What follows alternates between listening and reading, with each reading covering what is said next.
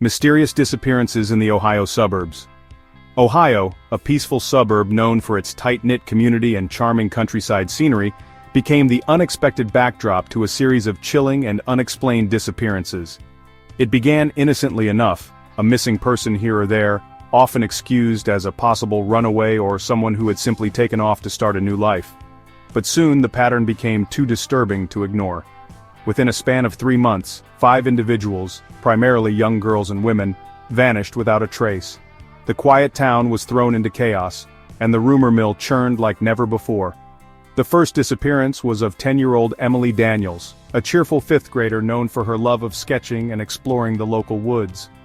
Emily had been walking home from school one sunny afternoon and was never seen again. Her parents, initially thinking she'd stopped at a friend's house, only began to panic when her usual dinner time came and went, and no one in the neighborhood had seen her. Her beloved sketchpad was later found abandoned near the edge of the woods, cementing fears that something sinister had occurred.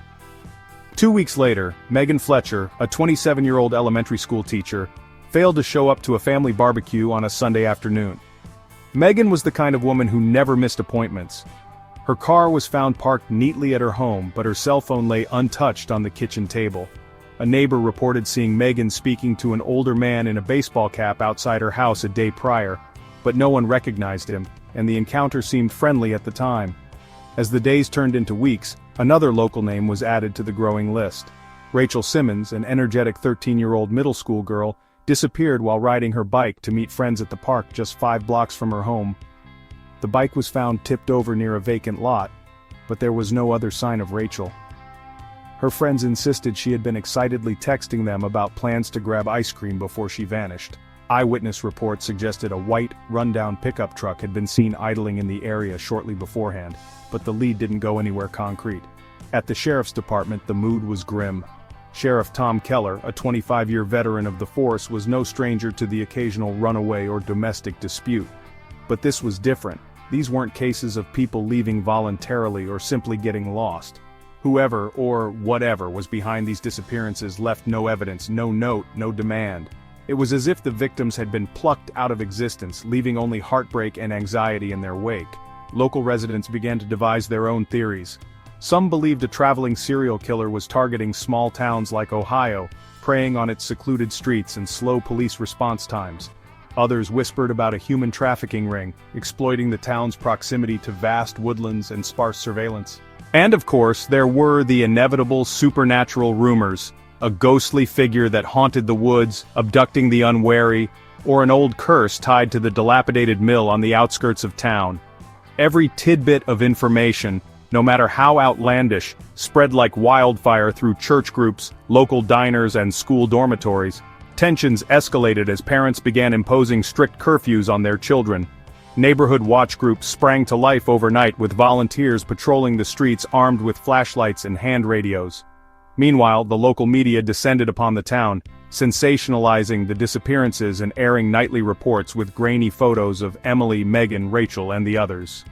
The coverage brought national attention but little solace, with FBI agents quietly entering the case under the radar to assist the overwhelmed sheriff's department.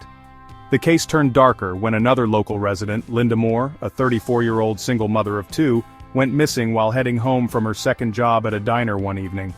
Though her children were left unharmed at home, investigators found an ominous clue. Linda's purse and scarf were discarded near a poorly lit bus stop by the edge of town. For law enforcement, this was the breaking point. Sheriff Keller addressed the public during a tense town hall meeting, urging calm but promising action.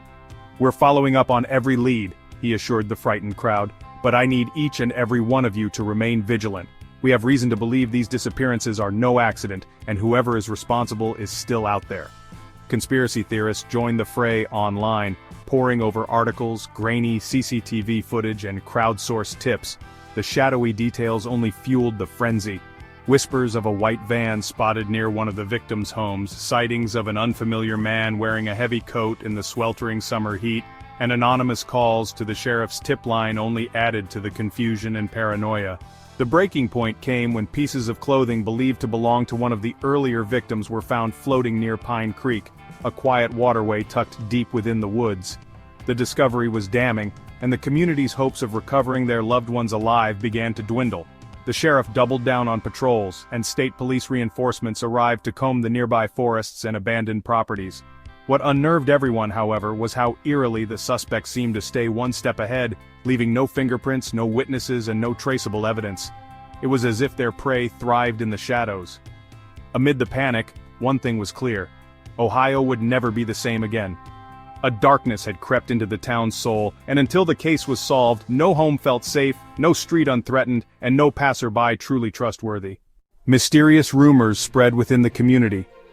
As the disappearances mounted and fear spread across the tight-knit Ohio community, the townsfolk began whispering to one another, filling in the gaps left by the lack of evidence with a growing cloud of speculation.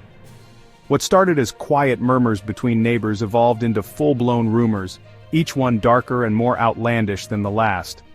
Public spaces like diners, grocery stores, church gatherings, and even children's playgrounds became hubs of whispered theories and uneasy gossip. At the local diner on Main Street, long a meeting place for early bird farmers and townsfolk on lunch breaks, the conversations grew more animated with each day. "I heard it's someone passing through town," a middle-aged woman in a floral dress whispered to her friend over coffee and pie. "You know, one of those drifters or truck drivers. They come through here all the time, stay under the radar. Who would even notice if they did something like this?"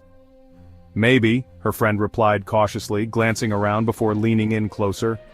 "But I heard from Carol, you know, the one who lives near the old grain mill. She said she saw headlights out there late at night last week. What if it's someone using that old place as, I don't know, a hideout for murdering people or something?"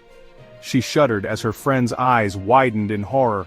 Over at church on Sunday, the whispers took on a different tone, a mix of fear and superstition. "These things don't just happen out of the blue," an elderly gentleman said quietly to his wife as they exited the service. "Not here, not in Ohio. Maybe it's something else. Something not quite human, you know. You've heard the stories about the woods, haven't you?" His wife frowned but didn't seem entirely dismissive. "You mean the tales old Mr. Harper used to tell about the Pine Creek woods? What did he call it, the Shadow Man?" She rubbed her arms despite the warmth of the afternoon. "That's just folklore. For kids, it's not real." "Isn't it?" the man replied, his voice low. "People are disappearing, aren't they? Who knows what's real anymore?" Children, of course, picked up on the unease of the adults around them and turned it into playground lore. At recess in the elementary schoolyard, groups of kids huddled together, daring each other to guess what had happened to Emily Daniels. "I bet it was aliens," one boy said, trying to sound confident but clearly scared. "They snatched her up and took her into their spaceship. That's why no one can find her." Another young girl shook her head, crossing her arms sternly. "No way, it's totally the boogeyman. My cousin told me there's a monster that lives in the creek behind the woods. She said it only comes out at night to snatch kids who aren't paying attention." For the parents, the stakes felt much higher than tall tales. Many began to speculate about who in town could be secretly involved with the disappearances. "You know, not to spread suspicion," a father said at a local PTA meeting, his voice low yet firm. "But what do we really know about Mr. Clark from the hardware store? He's always been kind of odd, hasn't he? Quiet, keeps to himself. And wasn't he out of town the weekend Rachel went missing?"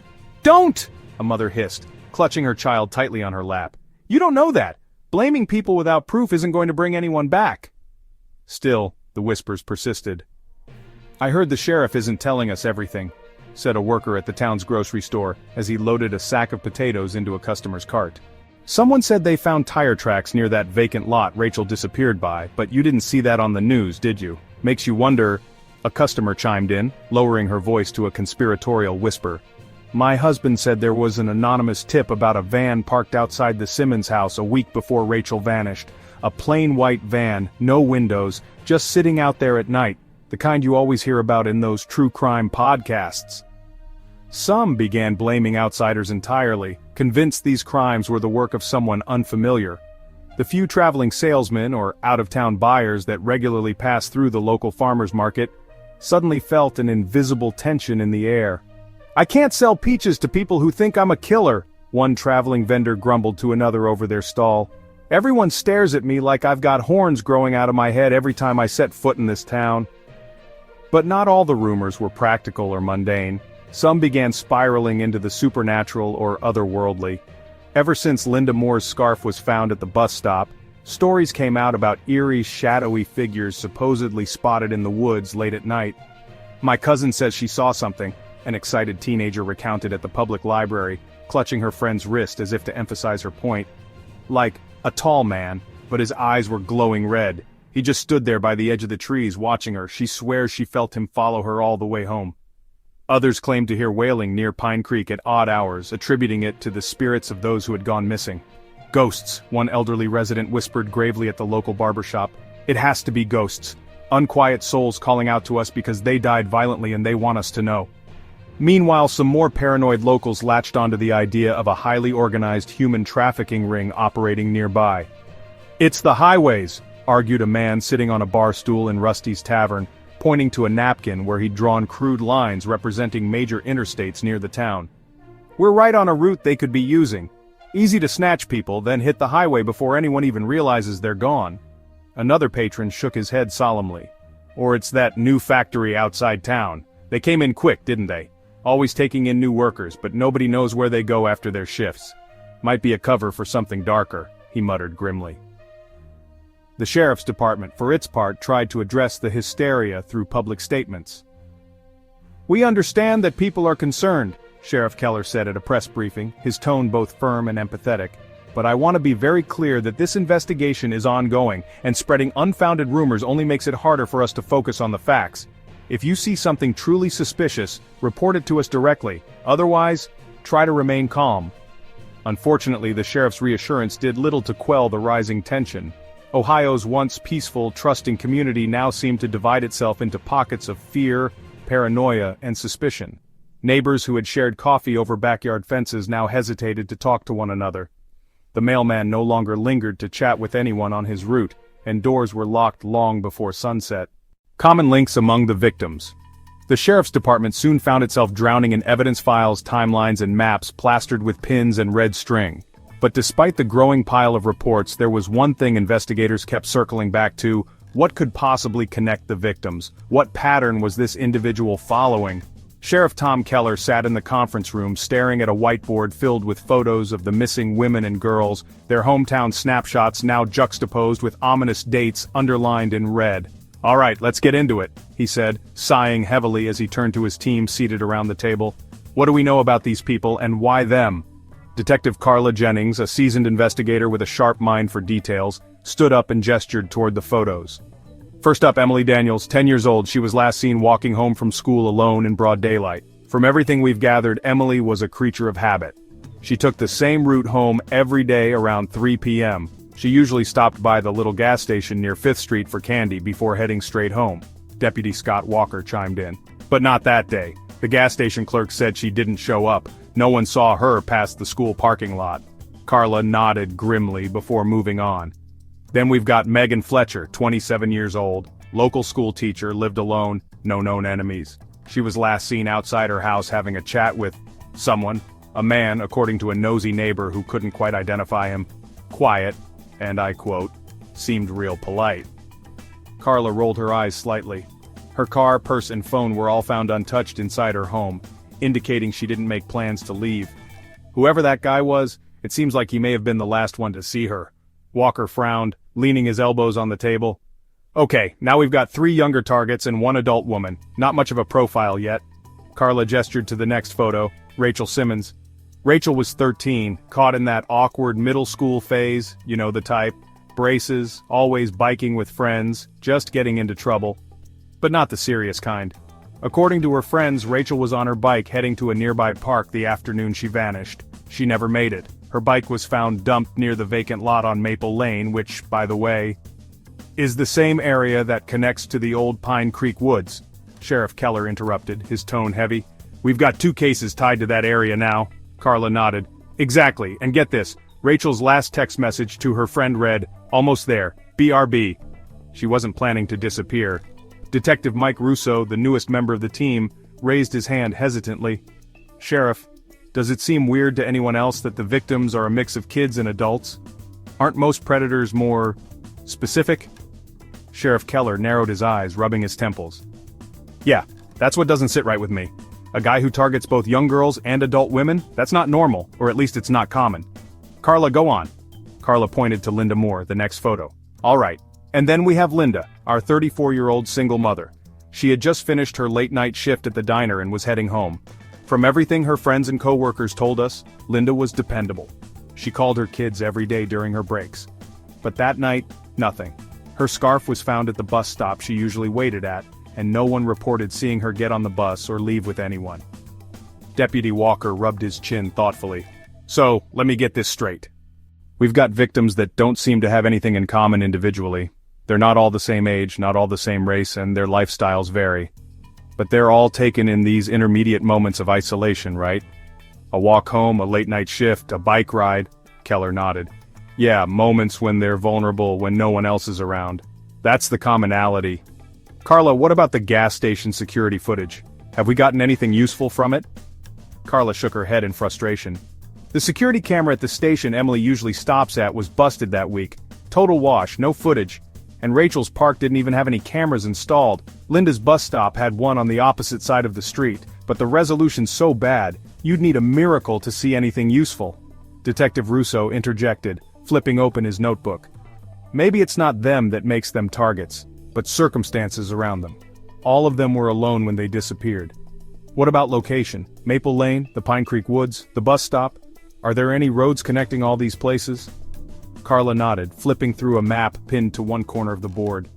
Yep, they're all off quiet side roads. No traffic cameras, low visibility.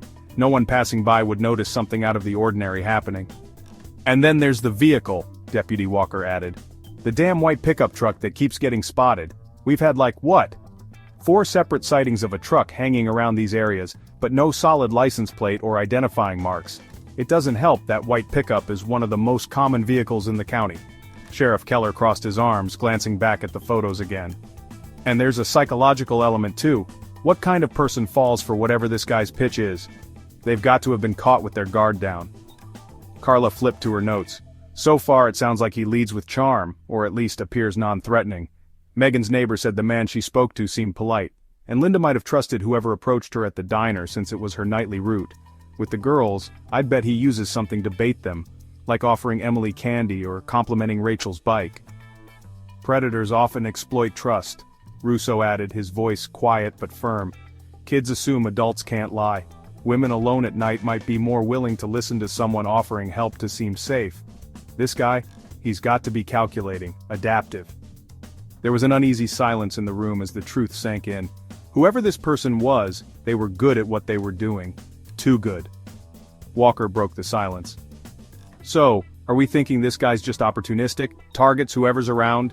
Keller shook his head. He's an opportunist, all right, but not in an aimless way. He knows what he's looking for. Isolation, vulnerability. He's profiling his surroundings before profiling the victims. Carla hesitated, but spoke up. There's one more thing. She pointed to the case timeline. The time between disappearances? It's starting to narrow. First it was 3 weeks, then 2. Now it feels like he's taking someone every 10, 12 days. Jesus, Walker muttered under his breath. He's escalating. Keller nodded, his face grim. That's what worries me most. He isn't stopping. If anything, he's getting bolder. We need to lock down some patterns soon, or this isn't going to end. The room went silent again, all eyes drawn to the photos on the whiteboard. They were racing against time, and every minute felt like another chance this predator had to strike again. Traces found in the wilderness. The search party trudged deeper into the Pine Creek woods, the air dense with the earthy scent of damp leaves and pine needles. It had been nearly a week since Sheriff Tom Keller coordinated this massive ground search, following yet another anonymous tip claiming to have seen something off in the woods near the north side of town. This was the area where Rachel Simmons' bike had been found, and where the gas station attendant had reportedly seen a suspicious white truck idling weeks prior. It was the only lead they had, and Keller wasn't about to let it slip through their fingers. Spread out, keep a 10-foot radius between you, and don't miss a single damned inch of this place, Sheriff Keller barked, his voice cutting through the eerie quiet of the forest. A group of deputies, volunteers with the community's neighborhood watch, and even a few FBI agents combed methodically through the trees, searching for anything, a shred of fabric, a footprint, anything that could explain the string of disappearances. Detective Carla Jennings bent down to examine a patch of flattened grass near the base of a tree. Nothing here but some old beer cans. Looks like this spot might have been used for teenage partying, she muttered, brushing her hands on her jeans. Yeah, well, who hasn't come out here in high school for a beer and some bad decisions? grunted Deputy Scott Walker from a few feet away, crunching through a pile of dry twigs. But the teens aren't who we're looking for out here. Carla stood up and gave him a sharp look. Exactly, which is why you need to stop talking and start scanning. You see something that doesn't belong. Shout it, she retorted. The group worked in silence for another hour, the tension palpable as each member of the search party moved deliberately through the sprawling trees. Rustling noises echoed in the distance. Animal sounds, probably, but each creak of a branch had more than one pair of eyes spinning around nervously.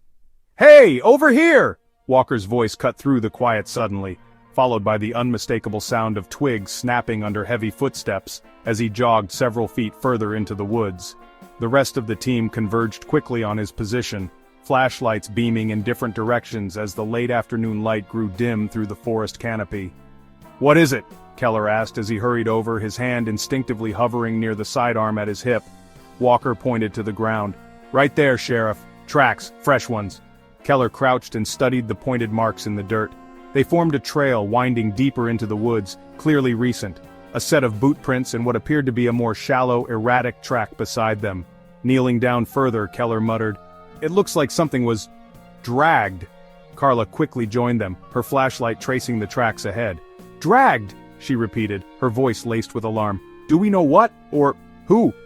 "No blood, at least not that I can see," Keller said, standing but warily following the trail with his eyes. "But this can't mean anything good." The group proceeded cautiously along the trail, their radios now silent to avoid startling whoever, or whatever, might be ahead.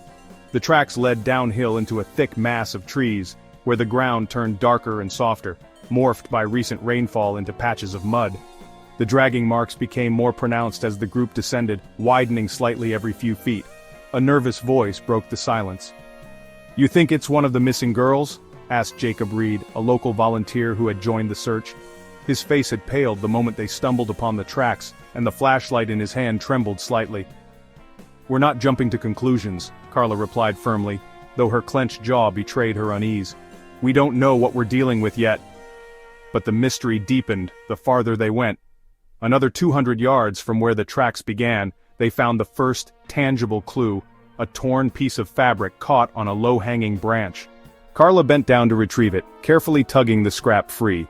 It was a navy blue material, soft to the touch and frayed around the edges. Her gut churned. "Sheriff, could be from someone's shirt," she murmured, holding it up under her flashlight for closer examination. "Fleece. It's worn. Might have been out here a while, but not too long," Keller finished for her. "It's not covered in dirt or mold. Bag it for evidence and let's keep moving." Not far beyond the scrap of fabric, the group stumbled upon something even more unsettling. A rusted, overturned shopping cart, partially obscured by wild brush. On the ground beside it was a small plastic doll, scuffed and missing one arm. Keller and Carla exchanged a glance. It was unnerving, to say the least. "What the hell is a shopping cart doing out here?" Walker wondered aloud, nudging it lightly with the toe of his boot. The metal creaked faintly in protest, its wheels caked in mud. Carla bent down again, this time to examine the base of the cart and the surrounding ground. "It's not just tossed here for fun," she said grimly. "Someone brought this deep into the woods for a reason, and there's dirt piled up right here, almost like they tried to bury something."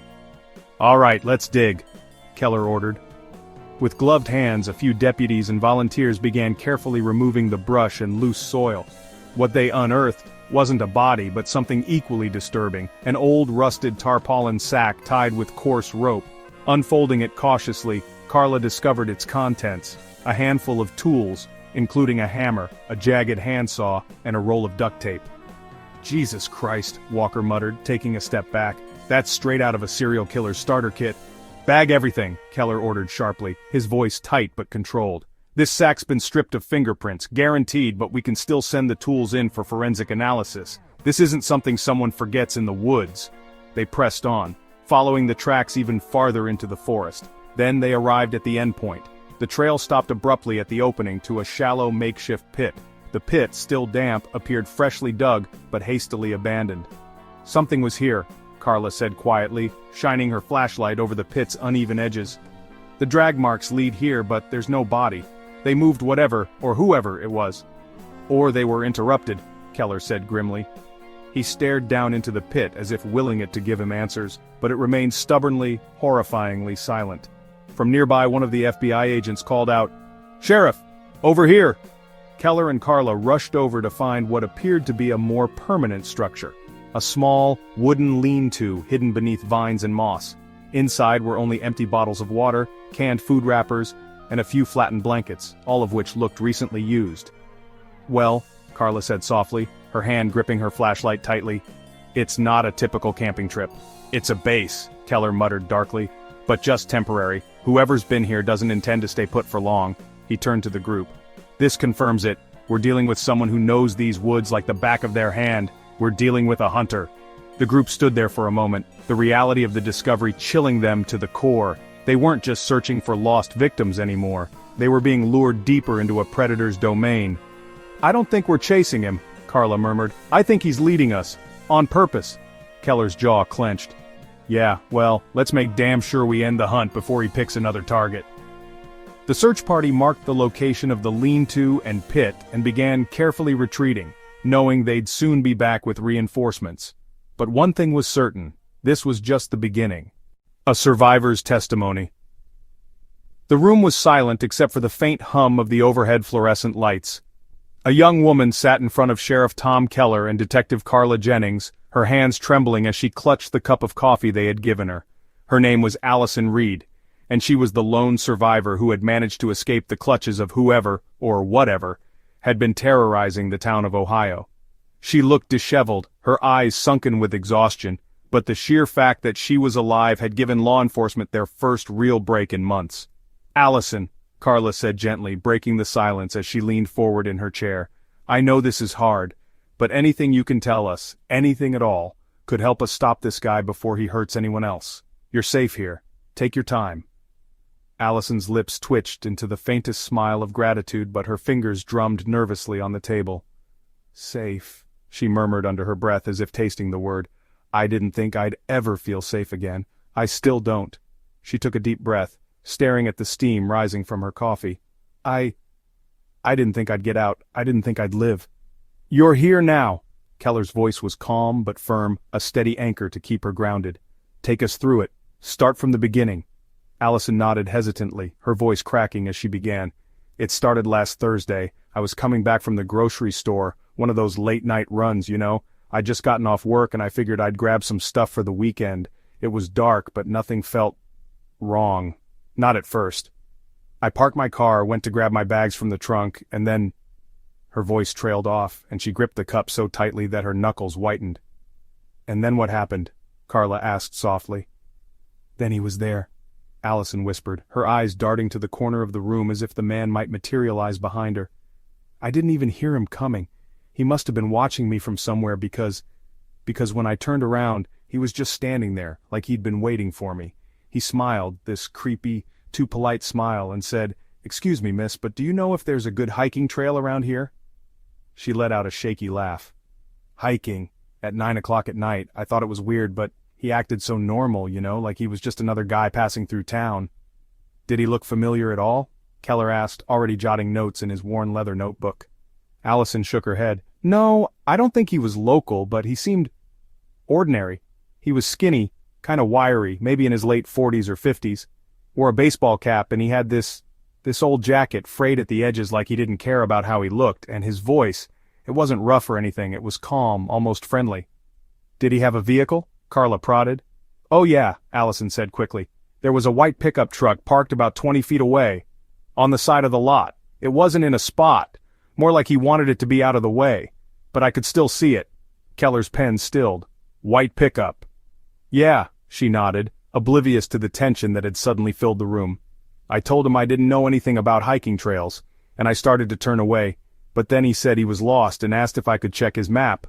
He pulled out this old worn-out map from his pocket, not a phone like you'd expect, which I guess is why I didn't see it coming. Carla leaned forward slightly. See what coming? Allison swallowed hard, her voice barely above a whisper. When I leaned over to look at the map, he grabbed me, just like that. 1 second I was standing there, and the next, he had his arm around my neck, dragging me toward his truck. I couldn't scream. He had me in some kind of chokehold. Everything went fuzzy. I must have blacked out because the next thing I remember I was in the woods. Carla and Keller exchanged a grim look. When you woke up, Keller asked carefully, what did you see? I was in this "This little shack," Allison said, her voice trembling again.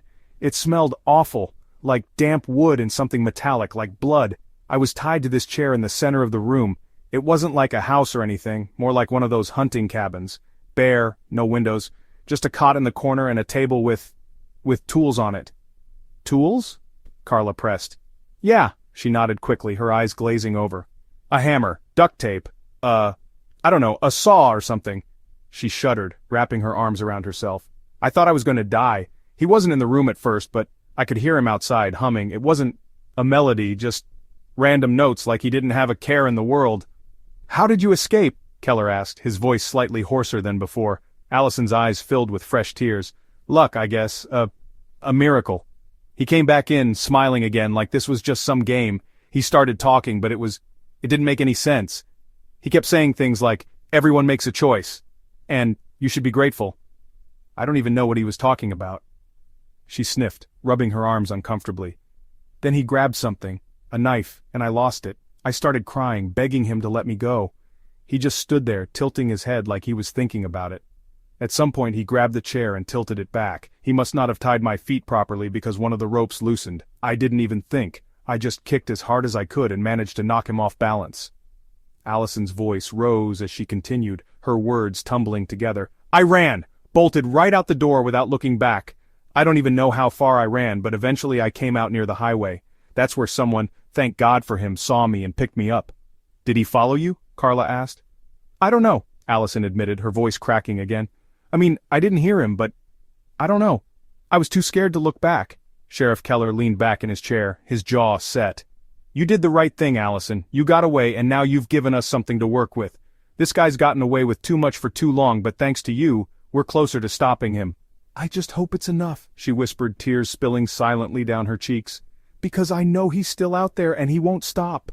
The room fell silent again, the weight of her ordeal pressing down on everyone present. Allison Reed had survived, but the monster who had taken her was still roaming free. The clock was ticking. The suspect's profile gradually revealed.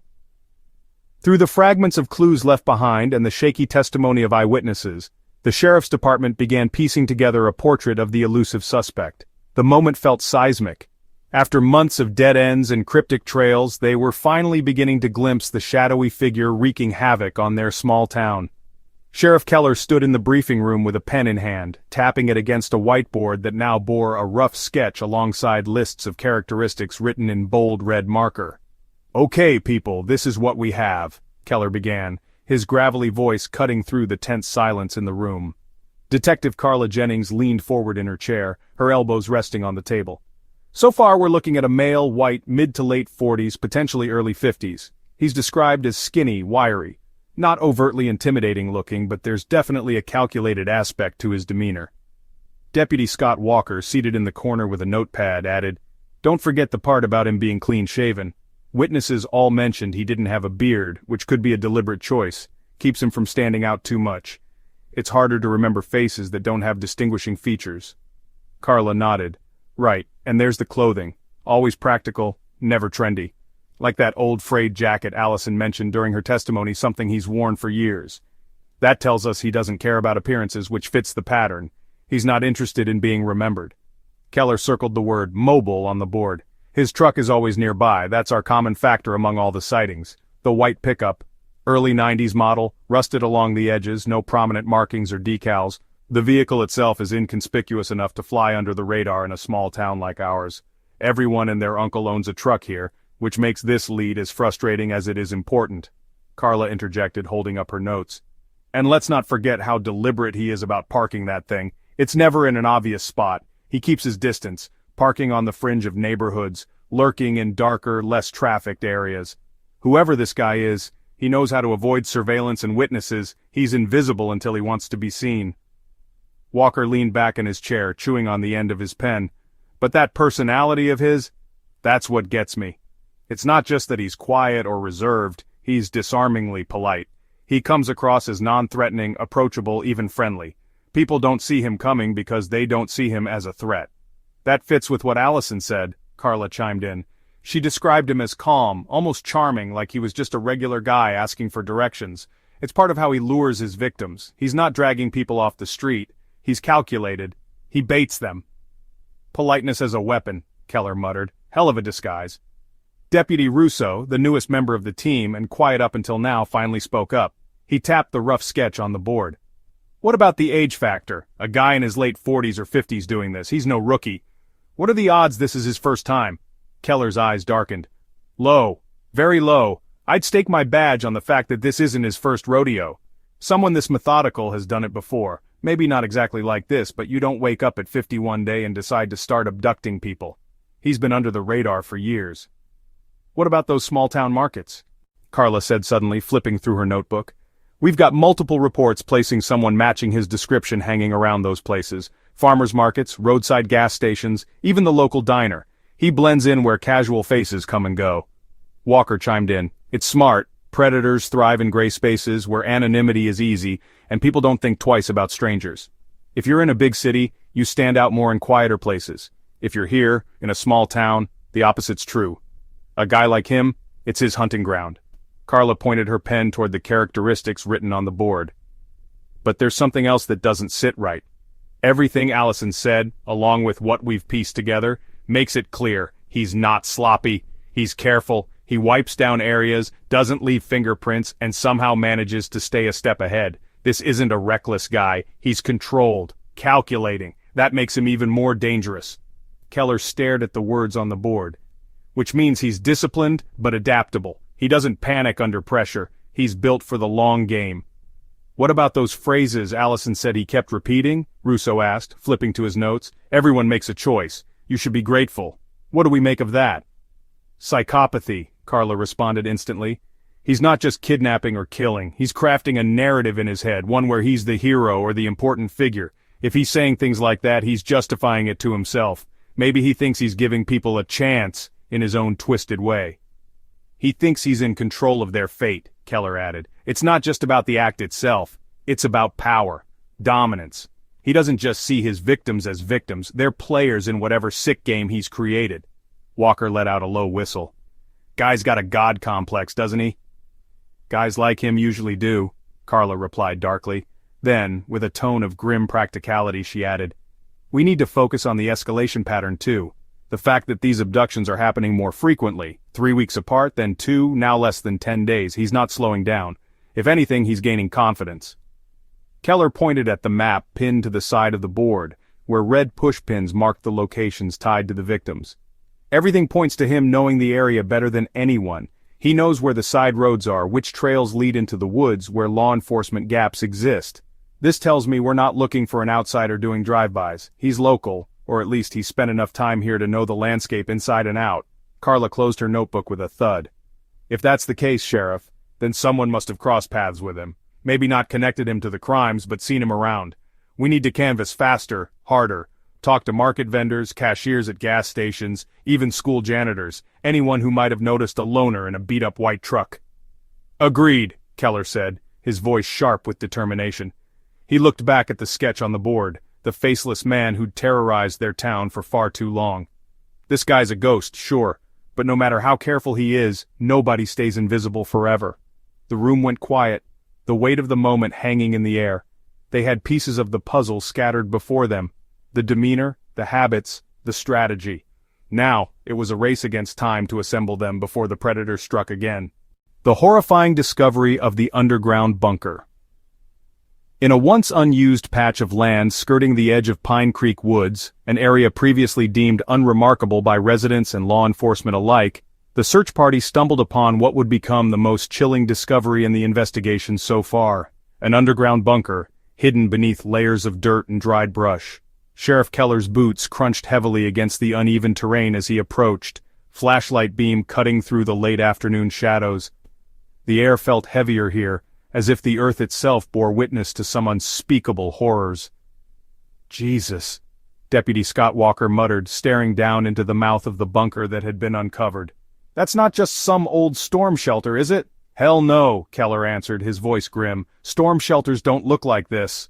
The solid steel hatch was partially rusted but still surprisingly functional. It had been elaborately camouflaged with debris, almost as though its creator had years to perfect the art of blending it into the landscape. Detective Carla Jennings ran her gloved fingers over the door and the latching mechanisms.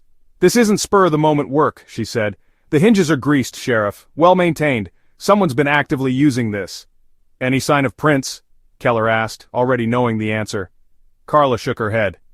"Doubtful. Whoever's behind this is too careful. There's no way they'd leave anything so obvious." "Has to be him," Walker added, gripping his sidearm tightly. "I mean, who the hell else would have something like this out here? This is a damn predator's lair." Keller nodded, signaling to the tactical team standing nearby. "All right, get it open. I want eyes on every corner of that place. And anyone going in, don't touch a damn thing unless forensics tells you to." The team worked swiftly, cautiously lifting the steel hatch. Rusted hinges groaned under the movement, but the bunker itself appeared to have been disturbingly well preserved. A waft of stale metallic air rose from the opening below, carrying with it the unmistakable scent of decay and dampness. A ladder led down into the dark, its rungs lined with the dirt of countless ascents and descents. "What the hell do you think's down there?" Walker asked, his voice muffled slightly by the bandana he'd raised over his nose. "I'm not sure I want to know," Carla replied, but she was already positioning herself to follow the first wave of flashlight beams and boots down into the depths below. The interior of the bunker was a macabre mix of functionality and madness. At first glance it looked almost ordinary, though bare and stripped down. A single dim bulb still flickered faintly on the generator-powered light dangling from the low ceiling. But as the team moved farther into the small, claustrophobic space, the sense of dread only thickened.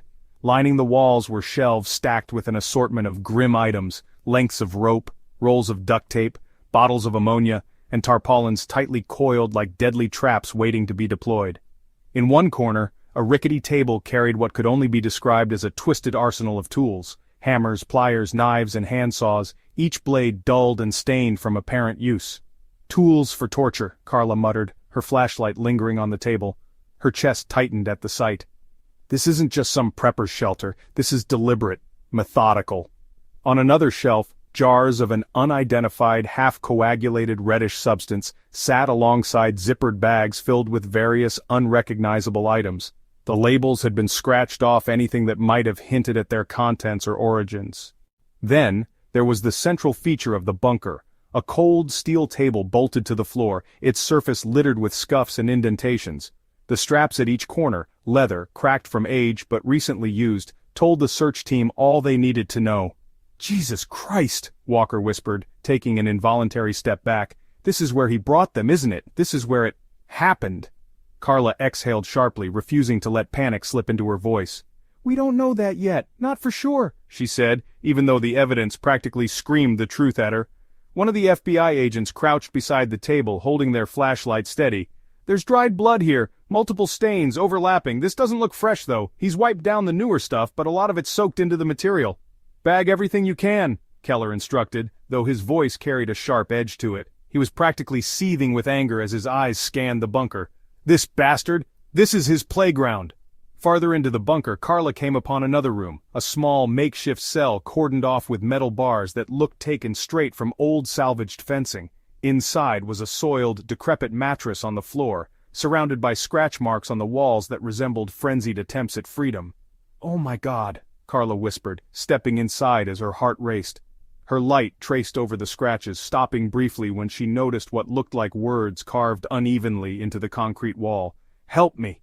The letters were jagged and frantic, as though they'd been gouged by trembling hands. "Carla, don't touch anything!" Keller barked from the main room. "I'm not!" she shot back, though her gloved hands nearly reached out instinctively toward the carvings. "Keller, it's bad. Whatever happened in here. It's bad." Another deputy called out from across the bunker, their voice echoing in the confined space. "Sheriff, over here!" The team made their way toward the farthest corner of the bunker, where a dirty tarp had been hastily tossed over what appeared to be a large wooden box. It was nailed together crudely, its seams roughly patched and unsteady. The stench rising from it was immediate and sickening. "We're going to need a warrant to open anything sealed," Keller said, grimacing as he ordered the forensics experts to prioritize the box. But no one voiced the doubts that swirled silently in their minds. They all knew, unequivocally, that this would contain the remnants of some unimaginable horror. Near the box, someone found a series of small, faded photographs. They appeared to have been left behind unintentionally, some torn at the edges as though in haste. Carla picked one up, gingerly turning the image toward the light. It showed the image of a girl, young, scared, eyes wide with panic. and behind her, only partially visible, stood the faint silhouette of a man. "Sheriff," Carla began, her voice trembling now. This is his trophy room, this whole bunker. It's all a part of how he operates." Keller's jaw tightened. "We tear this place apart, every corner, every inch, until we find something, anything that puts this bastard behind bars for the rest of his life." But as they climbed back out of the bunker to regroup and await the rest of the forensic team, one shared, bone-chilling thought lingered among the members of the search party. This hideout wasn't improvisation. This predator hadn't just stumbled upon this place, it had been crafted, prepared, and deliberately maintained over months, even years. More horrifying still, based on its condition, it was clear he was planning to come back. The chilling testimony of the culprit. The interrogation room was cold, sterile, and unforgiving, much like the man sitting at the center of it. Wayne Carter leaned back in his chair, his bony knuckles playing absently with the cuffs that locked his wrists to the table. The man everyone in Ohio had come to know as the Boogeyman looked almost mundane, unremarkable in his appearance, with his thinning hair and pale, hollowed-out features, but his eyes told a different story. They were sharp, calculating, void of any remorse. This was the man who had brought terror to an otherwise quiet suburb. Sheriff Keller stood in the corner, leaning against the cinder-block wall. He hadn't said much since stepping into the room, his jaw tight as he let Detective Carla Jennings take the lead. But it was clear from the way Keller's fingers twitched over his belt that he was fighting the urge to lash out. This wasn't an ordinary interrogation. This wasn't someone who could plead ignorance or deny guilt. Wayne Carter, they knew, was a monster. "You've got nothing to say?" Carla broke the silence, her voice steady, even cold. She flipped open a worn leather notebook and pulled a pen from her pocket.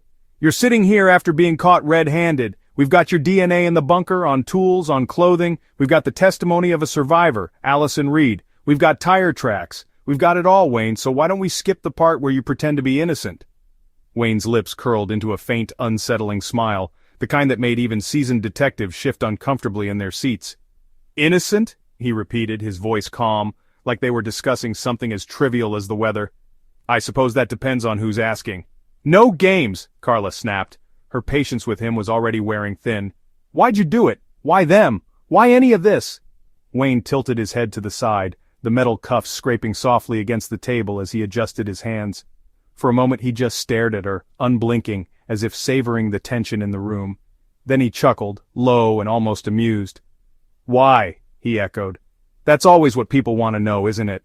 Everyone's so obsessed with the motivation, like if they find out the why, it'll make them feel better. Like it'll make sense." He leaned forward, his voice dropping as his grin widened.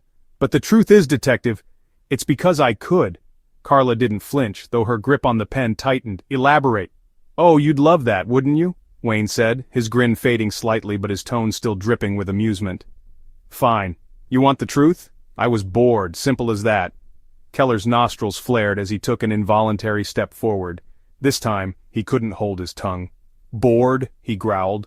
"You tore apart families, tortured innocent people, and you're calling it boredom?" Wayne turned his gaze to Keller, his expression bored now, as if he were speaking to a child throwing a tantrum. "Oh, Sheriff, don't act so surprised. Isn't that how all of life works? People do things because it fills the time. Some people garden, some people knit, some people—" He paused, shrugging dramatically. "Play God." Carla shot a warning glance at Keller before redirecting her focus to Wayne. "Is that what you think you are? God? You think you had the right to decide who lived and who died?" Wayne's smile softened into something colder, detached. "It wasn't about deciding. It was about reminding them that none of us are really in control. You walk around, going about your little lives thinking you're safe, that you matter. But deep down, you all know the truth. You're just one step away from it all falling apart. One misstep and poof, gone. I just helped them see that." Carla's voice dropped, steady as steel. "Helped them? You tortured them. You killed them." "Torture is such a strong word," Wayne mused, his tone almost playful. "I prefer to think of it as enlightenment. Some people go to church, others end up with me. Either way, they find out exactly how little control they have." "You kept souvenirs," Carla said sharply, flipping open the crime scene photos and sliding one across the table. It showed the bunker's interior, the tools, the blood-stained table. "You took photographs. You kept parts of their lives, pieces of them. Why? What did you need from them?" Wayne's eyes flicked down to the photo, unfazed. "Memories," he said simply. It's not enough to just live in the moment, detective. You've got to hold on to something. I wasn't careless. I made sure there'd always be reminders. Reminders of what? Keller barked. What the hell were you trying to prove? Wayne's expression darkened slightly, his smile fading at last. His voice dropped an octave, colder, harder now. That they didn't matter. That none of you do. Do you have any idea how easy it was? How blind you all are? He leaned forward, and for the first time, his calm demeanor cracked, revealing a simmering rage beneath the surface. You think you're so safe in your little houses on your quiet little streets. You lock your doors at night, you teach your kids to stay away from strangers, but it doesn't matter. If someone like me wants you, they'll take you. The room went deathly silent. Carla stared hard at Wayne, her jaw tight. Keller's fists clenched, his knuckles white as he took another step toward the table. You think this is a game? Carla finally said, her voice almost a whisper. But it's not. Every single one of those people you took, they weren't just pieces in your puzzle. They were people. They had families. They mattered. Wayne's cold smile returned. Maybe to you, but to me, they were opportunities. Keller couldn't hold back any longer. He slammed his hands on the table, his face mere inches from Wayne's. You're done, he hissed. You hear me? Whatever sick little fantasy you've been living in, it's over. You'll never see the outside of a prison cell again. Wayne didn't flinch. If anything, he seemed almost amused by Keller's anger. If you say so, Sheriff, he said softly. Then his smile widened, vicious and eerie. But you know as well as I do, there's always someone else out there. Someone like me. You can lock me away, but you'll never stop the darkness. Carla put a firm hand on Keller's arm, pulling him back. We have what we need, she said quietly. Let him rot. Wayne leaned back in his chair, watching as Keller and Carla turned to leave. As the door to the room slammed shut, his voice rang out after them. See you in your nightmares, Sheriff. Neither of them looked back, but the chill in the room followed them out. Wayne Carter was in custody, but his words burned in their minds. The case wasn't just about catching one man anymore. It was a reminder of the evil lurking just beneath the surface. The outrage of the local community. The town of Ohio was no longer the picturesque, close-knit suburb it had been just months ago. Wayne Carter's crimes had shattered that illusion. News of his arrest spread like wildfire, and with it came an outpouring of fear, anger, and disbelief from the townspeople. The community's safe cocoon had been torn apart, leaving them exposed to the raw reality of what had lurked among them.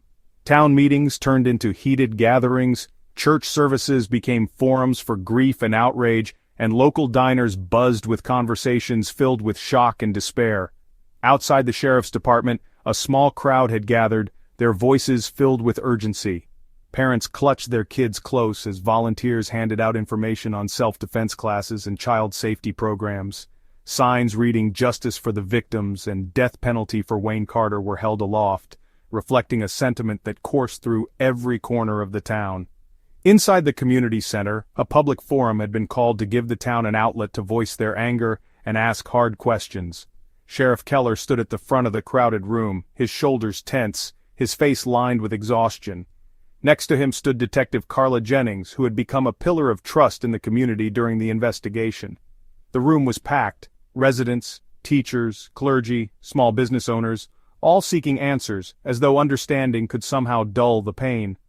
A middle-aged man, dressed in a work uniform with the name Evan embroidered on his chest, spoke first. "Sheriff," he said, his voice trembling with anger, "how was this allowed to happen? How does a man like Wayne Carter live here in this town and nobody knows he's a monster?" Keller took a deep breath before responding. "Evan, I understand how you feel. Believe me, I've asked myself the same damn question more times than I can count. The truth is, people like Carter are good at hiding. He lived on the fringes, kept a low profile, and avoided drawing attention. But that doesn't mean we didn't fail. We should have seen the signs, and for that, I'm deeply sorry. This community, and the victims, deserved better." "How is that an excuse?" a woman in the back called out, gripping the hand of a young boy who clung to her leg. Her eyes were red-rimmed, her voice cracking with emotion.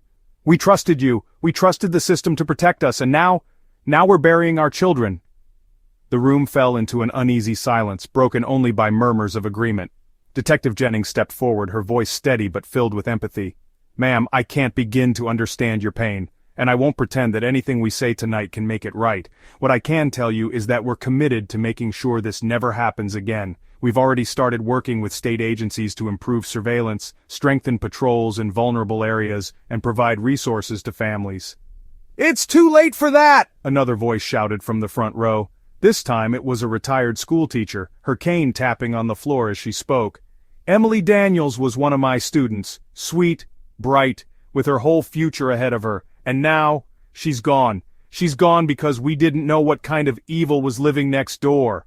Keller's hand gripped the podium tightly. "You're right, it's too late for Emily and the other victims, and if I could trade places with them, I would. But that won't bring them back," he said, his voice cracking slightly. "What I can do, what we all can do, is make sure Wayne Carter never sees another day of freedom. To make sure he faces the full weight of the law for what he's done." "What about the death penalty?" an older man yelled from the side of the room, his voice firm and unwavering. "Carter doesn't deserve a trial. He doesn't deserve 3 meals a day, sitting in a prison cell on our dime. Is there any guarantee he's going to get what's coming to him?" A murmur of agreement rippled through the crowd, but Carla stepped in. "We understand your frustrations, sir. And I can promise you this. Carter is facing charges on multiple counts.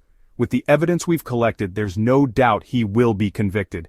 And when that happens, it's up to the people of this state to decide his punishment. But justice doesn't happen overnight. We need to do this by the book to ensure he can never appeal or walk free. I know it's hard, but we're doing this the right way." The room buzzed again, the voices growing louder, angrier. "And what happens after he's gone?" another man asked bitterly. "Do we just pretend this never happened? Do we just go back to church and potlucks and PTA meetings like our kids weren't ripped out of their lives?" "No," Keller said firmly, cutting through the noise. "We don't go back to normal. We never forget what happened here. But we also don't let Wayne Carter or anyone like him define this town. We fight back, we rebuild, we take care of each other." The words held a ripple of power, grounding some of the anger in the room, but not everyone was convinced. A younger woman stood, her arms crossed. "I still don't feel safe," she admitted, her voice shaking.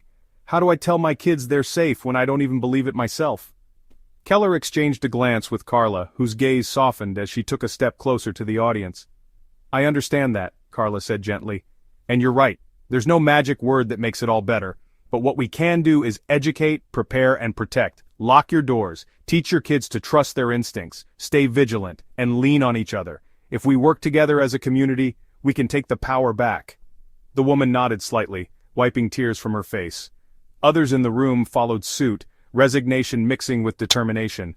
The anger was still there, but it burned alongside a new resolve. Outside, as the forum ended and the crowd began to disperse, Keller caught sight of Evan standing by a parked truck. "Sheriff," he called, his voice quieter now. "I may have been hard on you in there, but I appreciate what you're doing. We all do. It's going to take time." "It will," Keller said, holding the man's gaze. "But we'll make it through, together." As the night deepened and the lights in the community center flickered out one by one, Ohio's residents went home, carrying their grief and anger with them, but they also carried a sliver of hope that the scars Carter left behind might one day heal, and that their town could find its way back to safety. It wouldn't be the same, not ever, but they refused to let evil have the last word. 1. Evidence that sealed the fate of the culprit. The courtroom buzzed with a tense energy, every seat filled with journalists, townspeople, and families of the victims. This was the day they had all been waiting for. The trial of Wayne Carter had reached its crescendo. Months of painstaking investigation and weeks of harrowing testimony had led to this moment. The town of Ohio had poured its collective grief and anger into the judicial process, and today they would see whether the mountain of evidence against Wayne Carter would secure the justice they so desperately sought. At the prosecution's table, Assistant District Attorney Rachel Greer shuffled through a meticulously organized binder of exhibits. Every page, every photo, and every forensic result had been triple-checked. She looked over her shoulder at Detective Carla Jennings and Sheriff Tom Keller, who were seated in the row behind her. Carla gave her a small, encouraging nod, while Keller sat as rigid as a statue, his jaw clenched. They had built the case piece by piece, and now it was out of their hands. As the judge entered the courtroom and called the session to order, Greer stood, exuding the quiet confidence of someone who knew she had the truth on her side. She walked deliberately to the center of the room, holding up a clear evidence bag. Inside was a blood-stained hammer, one of the many grim artifacts recovered from Carter's bunker. "Ladies and gentlemen of the jury," Greer began, her voice steady but charged with purpose. "This is the tool Wayne Carter used to inflict unspeakable harm on his victims. The blood on this hammer matches the DNA of one of the missing girls, Emily Daniels, whose family has spent months praying for answers they didn't want to find. This hammer is not just a piece of metal, it's a symbol of the violence and horror this man brought to our community." She turned slowly, making eye contact with each juror before gently placing the bag back on the evidence table. "But it's not just this hammer, oh no. What we have is a mountain of evidence, a mountain so tall that even Mr. Carter, as clever as he thought he was, cannot climb over it." Greer gestured toward the large projector screen that had been set up beside the jury box. With a click of her remote, an image of the bunker appeared, its shelves lined with tools, its blood-stained steel table, and its makeshift cell in the corner. "This is the lair," Greer said, her voice growing heavier. "This is where Wayne Carter's victims were taken. This is where their lives were stolen. And this is where he left behind the evidence of his guilt." The screen flickered to the next image, a detailed DNA report. Greer stepped toward it, her heels clicking against the tiled floor.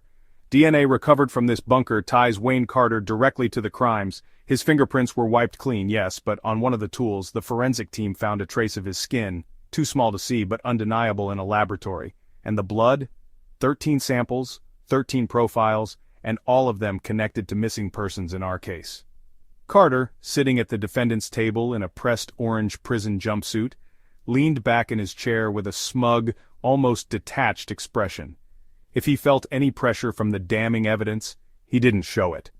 His court-appointed defense attorney, visibly outmatched, barely raised an objection as Greer continued her assault.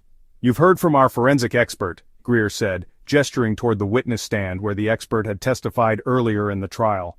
"He walked you through the tire tracks we found outside the bunker. Those tracks match Carter's white pickup truck, a truck he thought he could hide by parking it in remote wooded areas, far from prying eyes.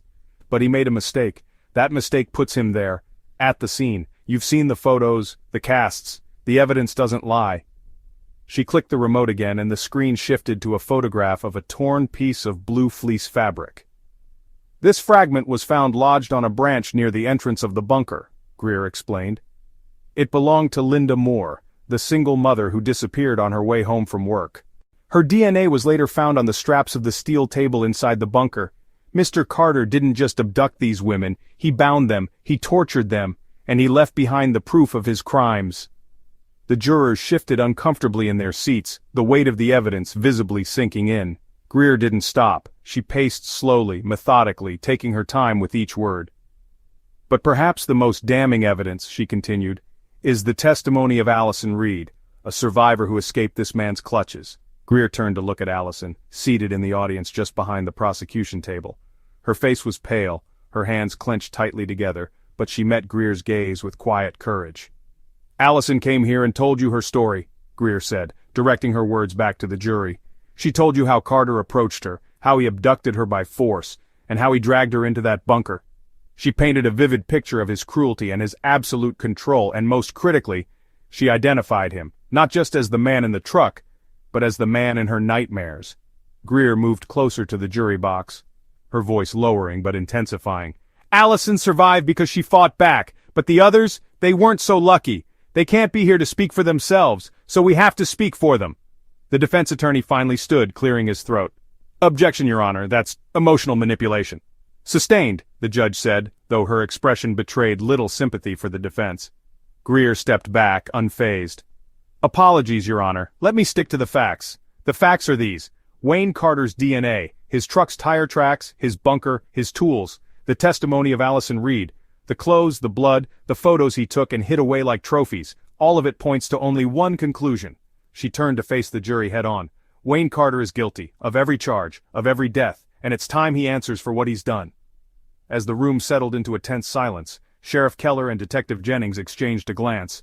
They knew the evidence had been compelling, but watching it laid out like that, so methodically, so irrefutably, it was clear Greer had delivered the final blow. Carter smirked faintly as if he still didn't care, but Keller, sitting only a few feet behind him, leaned forward and whispered under his breath, "You'll care soon enough." The jury deliberated for hours, but everyone in that courtroom already knew what the verdict would be.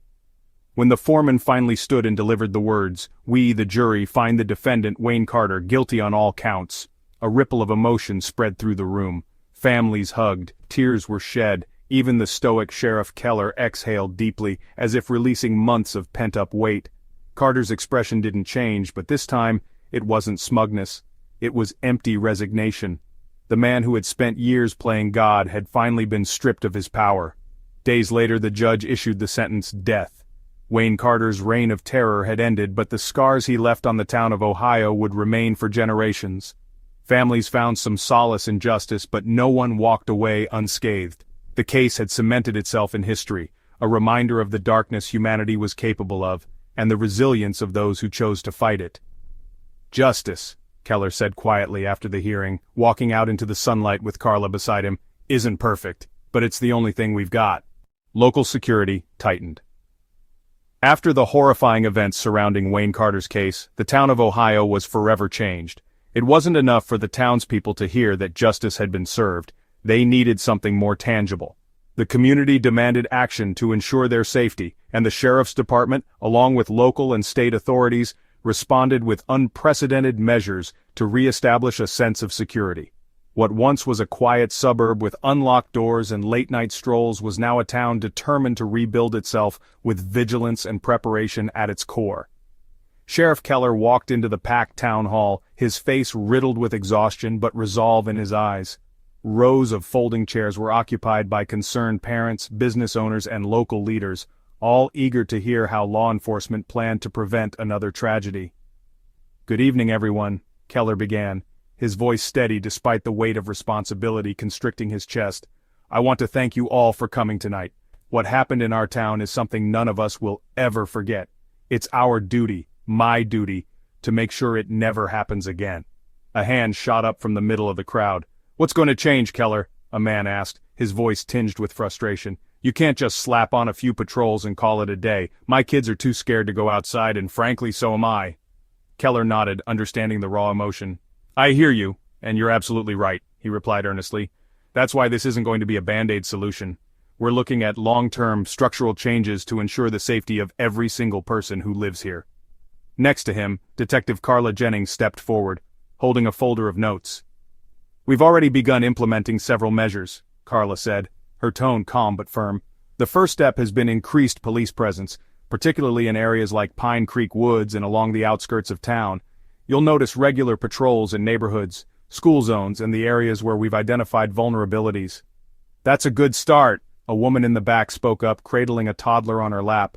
"But patrols aren't enough. What about surveillance? What about planning for emergencies?" Carla unfolded a map and set it on the table in front of the crowd. "I'm glad you brought that up," she said. "We're rolling out a new system to install surveillance cameras in key locations, places that up until now haven't been covered, like public parks, hiking trails, and more rural areas. These cameras will feed into a monitoring system here at the Sheriff's Department, giving us real-time updates. It's not about creating paranoia, it's about proactivity." "What about funding?" another voice interjected, this time from a small business owner near the front. "Cameras, patrols, they all cost money. Who's paying for this?" Sheriff Keller took the reins again. "The state has granted us emergency funds in response to the Wayne Carter case. This is money specifically earmarked for community safety. We're also working with local organizations and even neighboring towns to pool resources. We can't afford to spare any expense when it comes to protecting our people." A few murmurs of agreement rippled through the room, but the crowd was far from satisfied. "What about education?" a schoolteacher asked, her voice steady but concerned. "It's not just about catching criminals. Our kids need to know how to recognize danger and avoid it." Carla nodded. "Absolutely, and that's part of the plan. Starting next month, we'll roll out safety education programs in schools. These will include age-appropriate lessons on stranger danger, recognizing suspicious behavior, and what to do in an emergency. We're also partnering with local self-defense instructors to host workshops for both children and adults." "Will these workshops be free?" a father called out. "Yes," Carla assured him. "Free to everyone in the community. We want as many people as possible to participate." Sheriff Keller glanced around the room, gauging the responses. He stepped forward again. "We're also implementing a neighborhood watch program," he announced. "Many of you have already volunteered, and for that, I'm grateful. These watch groups will be coordinated through our department, and you'll be trained in what to look for and how to report it." This isn't about taking the law into your own hands, it's about being our extra eyes and ears. Evan, the same man who had criticized Keller in earlier town meetings, stood up from his chair. I've already signed up for the watch, he said, his voice carrying across the hall. I'll admit I was angry before, still am, but you're doing something. That counts for a hell of a lot. Keller gave him an appreciative nod. Thank you, Evan. And I want to reiterate, this isn't just our fight, it's all of ours. Safety isn't something the sheriff's department can guarantee alone. We need you. Your observations, your vigilance, your cooperation, all of it matters. The room had begun to shift from panic to cautious hope, but there was still one lingering concern. A young mother raised her hand, her face pale. What's being done about future offenders? How can we stop someone else like Carter from slipping under the radar? Keller's jaw tightened. That's one of the biggest lessons we've learned from this case, he admitted. Wayne Carter fell through the cracks because the system wasn't built to catch someone like him. We're working closely with state and federal agencies to improve information sharing, making sure warning signs aren't missed and background checks are thorough. Carla added, we're also introducing a civilian anonymous tip line. If anyone sees something suspicious, no matter how small, they'll have a direct line to report it. Every tip will be taken seriously. No piece of information will go unchecked. What about the woods? An older woman asked. That's his hunting ground. How can you protect a place like that? Keller glanced at Carla briefly before answering. Pine Creek Woods is undergoing a full safety overhaul. We'll be installing motion sensor lights along trails, posting emergency call boxes, and increasing ranger patrols in the area.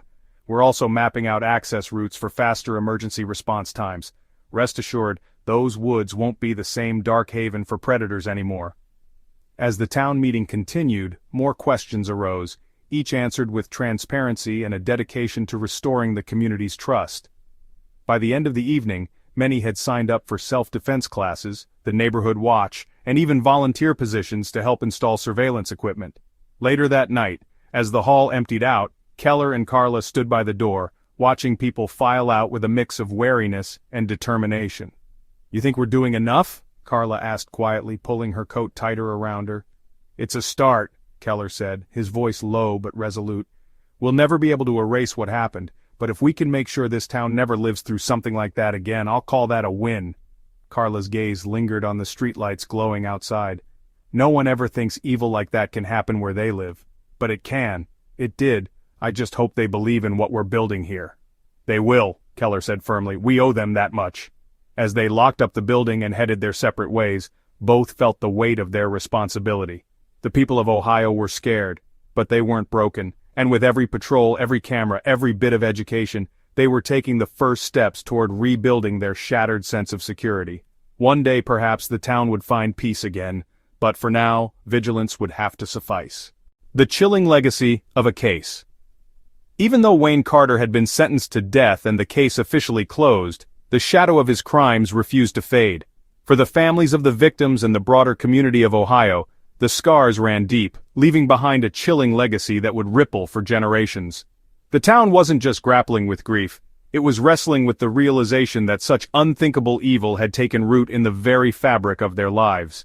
In every corner of Ohio, from the rustling woods to the school gymnasiums, his name had become synonymous with fear, a name that would haunt them long after the courtroom verdict. Inside the local coffee shop, two longtime residents, Mary Henderson, a retired nurse, and Bob Timmons, an old factory worker, sat at a corner table nursing their steaming mugs of coffee. The morning sunlight barely warmed the room, as the weight of their conversation made the air heavy. I can't believe it's been over 3 months since they caught Wayne Carter, Mary said, shaking her head. 3 months, and it still feels like he's here. Every time I drive past Pine Creek, I can't stop thinking about what happened out there. I used to love that trail, but now it just feels tainted. Yeah, you and me both, Bob replied, his gruff voice softened as he stared into his cup. That trail used to be where I'd take my grandkids to go fishing by the creek. Now my daughter won't even let them out of the house without checking 6 times if the doors are locked. Can't say I blame her. He paused, his weathered hands curling into fists. Who would have thought someone so evil could be hiding right under our noses? Mary sighed, her fingers gripping her coffee cup like it was the only thing tethering her to the moment. That's what keeps me up at night, Bob. This wasn't some stranger passing through town. Carter lived here. This was his home. He probably waved to us in line at the grocery store or sat next to us at church, smiling like he was just another one of us. Bob clenched his jaw, his face shadowed with guilt. Makes me think, you know? Could I have done something? Noticed something? Hell, if I just paid more attention, maybe those families wouldn't be mourning their kids and loved ones right now. Don't do that to yourself, Mary said firmly, leaning forward. He fooled everyone, Bob, even the sheriff's department. This wasn't one man's failure. It was a system that wasn't built to catch monsters like him hiding in plain sight. Across town, at the local school, Principal Elaine Morton addressed a group of parents during an emergency safety meeting.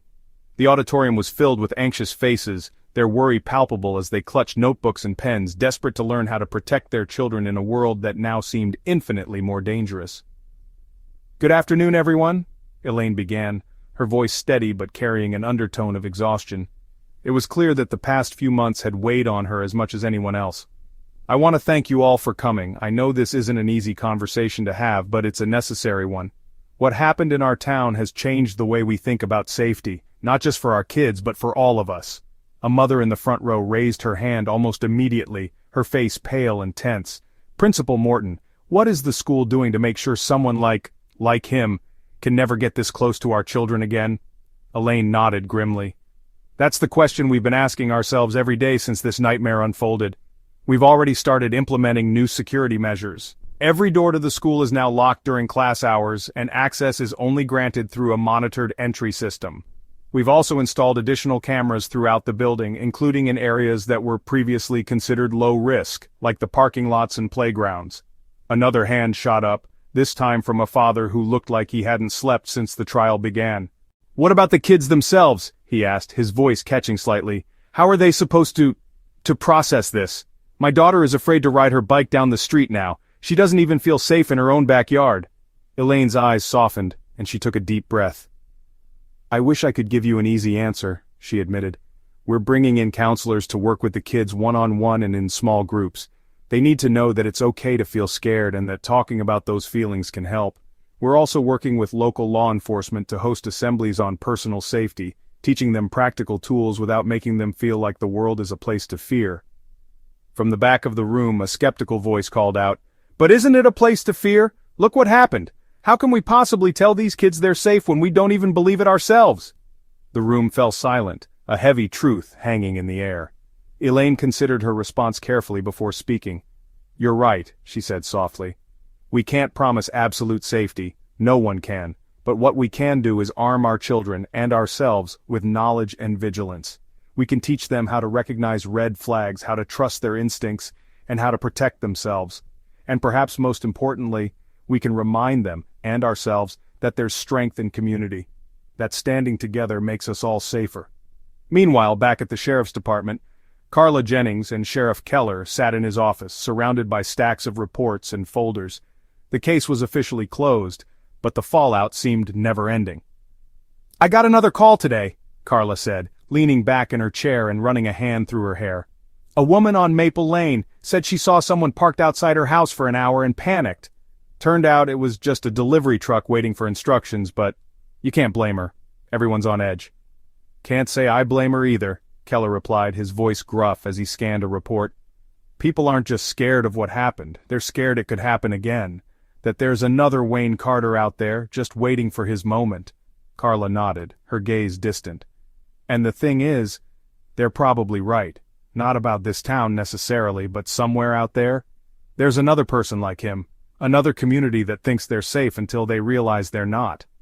Keller let out a long breath, leaning back in his chair. "That's the legacy he left us," he said quietly. "A town that looks over its shoulder now, that doesn't trust the quiet anymore. But I'll be damned if we let him destroy who we are." "You think we ever get back to normal?" Carla asked after a moment of silence. Keller considered this, staring at the photos on his desk, pictures of the victims, of the search teams, of the community rallies that had sprung up in the aftermath. "Not the old normal," he said finally, "but maybe we can build something better, something where people are aware but not defeated, where they look out for each other a little more, where we don't take safety for granted." Carla gave a small, weary smile. "It's a start." Outside, the streets of Ohio were quieter than they used to be. The laughter of children had been muted, the swings on the playgrounds left motionless in the breeze. But there were signs of life, too. Neighbors sharing tips on home security, parents walking their kids to school in pairs, and teachers forging ahead with courage and determination.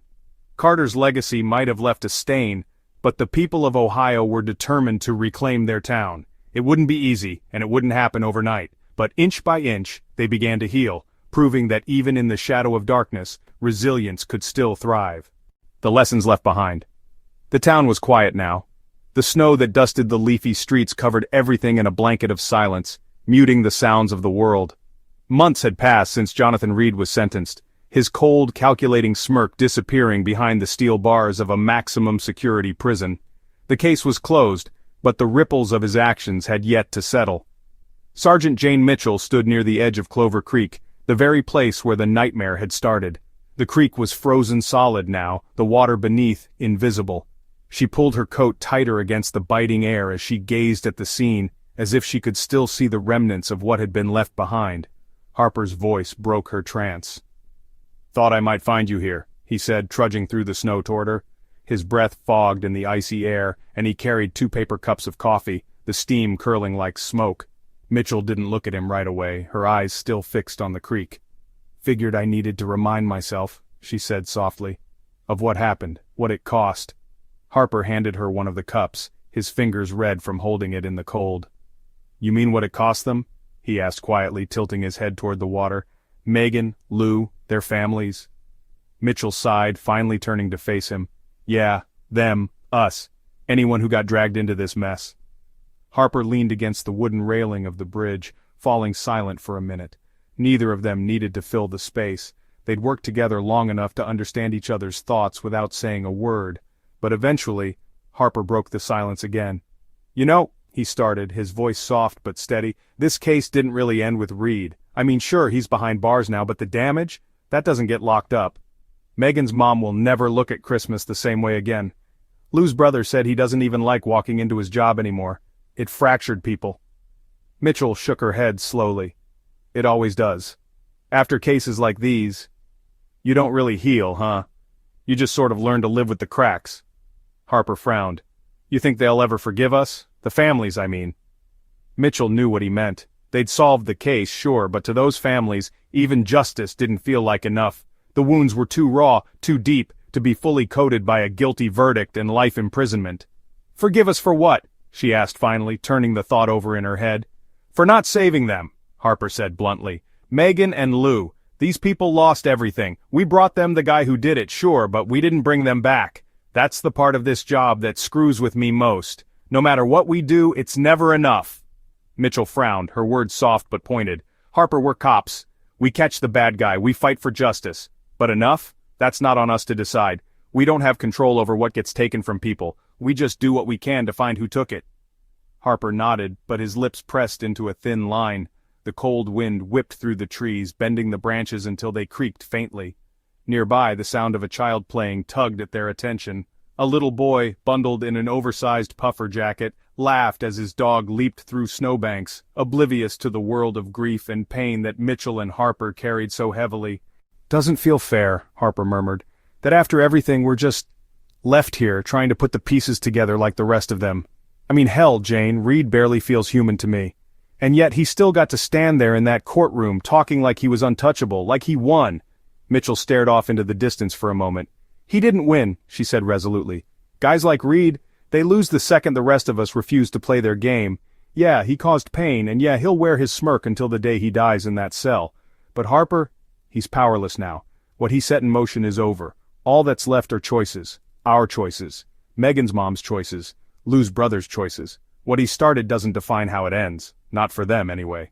Harper raised his eyebrows slightly, impressed by the rare optimism coming from Mitchell. "Been reading self-help books on the side, Sergeant?" She cracked a small smile, tilting her coffee toward him in mock salute. "Nah, just old-fashioned reflection. Maybe I've been at this too long." Harper snorted softly, shaking his head. "You're not wrong. Helps nobody if we let guys like Reed dictate who we become because of what they did." Then he paused, his expression shifting. "Still though, do you ever wonder what's next? Like, if this was the ripple Reed started, how far does it reach before it dies out? Do we ever stop chasing it?" Mitchell's face grew serious again. She tossed the last bit of her coffee into the snow, the dark liquid staining it briefly before freezing over. "The ripples might not stop," she admitted. "But the chase, that's on us. It's the only part we can control, and if we keep running, keep fighting for the people who can't. Harper, that's enough for me." Harper didn't respond right away, he just nodded slightly, processing her words as the cold air cut between them. "Hey," Mitchell said, softening her tone. "What we did, it was enough, you hear me? Just knowing Reed's not out there anymore, that he can't hurt anyone else, it means something." Harper gave her a small smirk, shaking his head. "Maybe you should write self-help books. Might be a bestseller?" Mitchell rolled her eyes, her lips quirking into the closest thing to a laugh she'd allowed herself in weeks. "Don't push your luck, Harper. Never." The two stood silently for a moment longer, letting the weight of it all settle. Somewhere behind them, the hum of downtown traffic hinted at life moving on.